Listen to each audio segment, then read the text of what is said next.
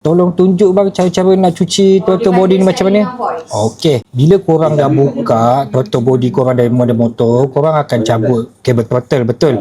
Kedua, korang kena cabut o-ring hitam ni. Disebabkan apa? Kalau korang cuci pakai menggunakan petrol, benda ni akan jadi kecut ataupun jadi kebam. Jadi bila korang letak balik, pasang dekat motor korang, takut ada leaking petrol. Kedua, sebaiknya korang cabut TPS ni.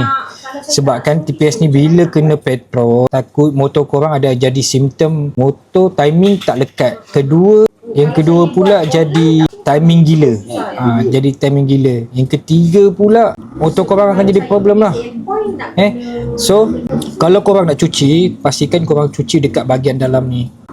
Korang cuci bahagian dalam ni dan dekat sini. Sebabkan kalau korang perasan, tengok dia punya karbon macam mana tebal. Maksudnya SSM. Ambil kau. Sebabkan benda ni tak cuci.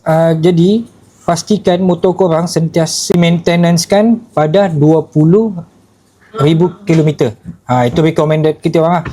Jadi macam mana nak dapatkan benda ni? Korang boleh tengok package kita orang, major service sentiasa ada. Nak dapatkan booking macam mana? Korang boleh pergi website kita orang www.standardkilang. Jadi standard saja, Modi jangan datang.